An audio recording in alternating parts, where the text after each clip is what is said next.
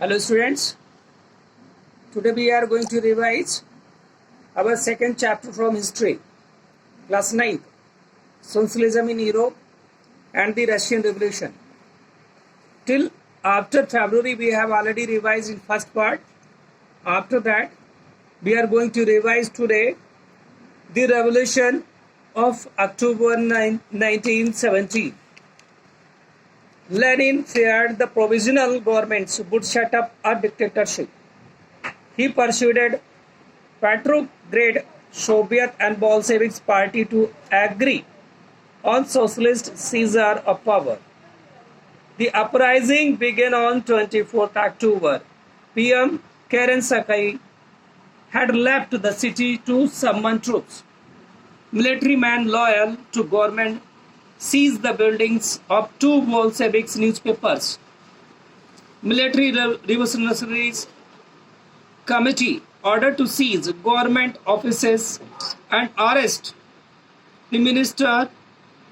In response, the Aurora ship shelled the Winter Palace.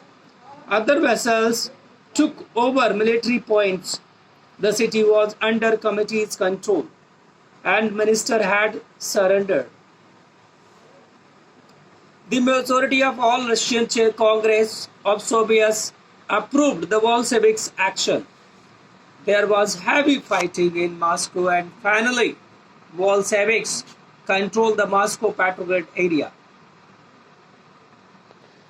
Now we will see what changes came after October. Bolsheviks were opposed to private property. Most industries and banks were nationalized by 1917. Land was declared social property. Peasants were allowed to seize the land of the nobility. Bolshevik enforced the partition of large houses according to families, banned use of old titles. New uniforms were designed for army and officials. They conducted the elections to the Constituent Assembly but failed to gain majority support. In 1918, Assembly rejected Bolsheviks' measures and Lenin dismissed the Assembly. Bolshevik became only party to participate in the election to the All-Russian Congress of Soviet. Russia became one-party state. Trade unions were kept under party control. The secret police punished those who criticized the Bolsheviks. Many young writers and artists rallied to party because it stood for socialism and change. This led to experiment in arts and architecture, but disillusioned because of censorship encouraged by party. The Civil War. Russian army broke when Bolsheviks ordered land redistribution.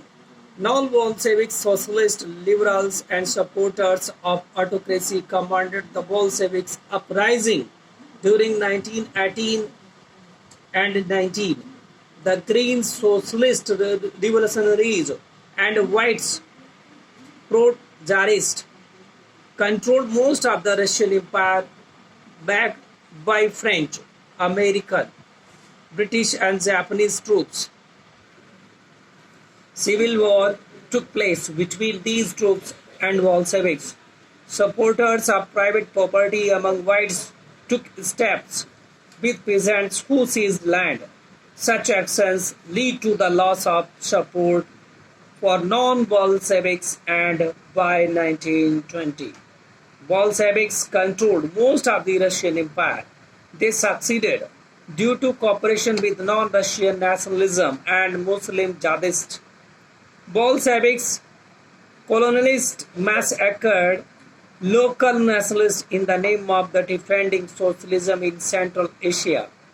Many were confused about Bolsheviks' government. Most non-Russian nationalities were given political autonomy in Soviet Union.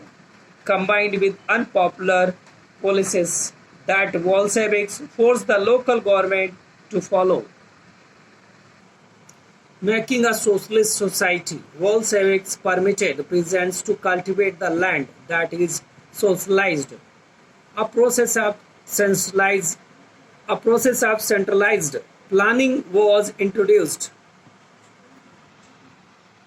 Officials assessed working of economy and set targets of 5 years period, and hence 5 year plans were made.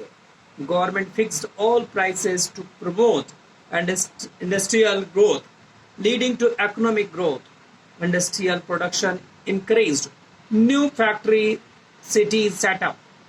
However, rapid construction led to poor working conditions.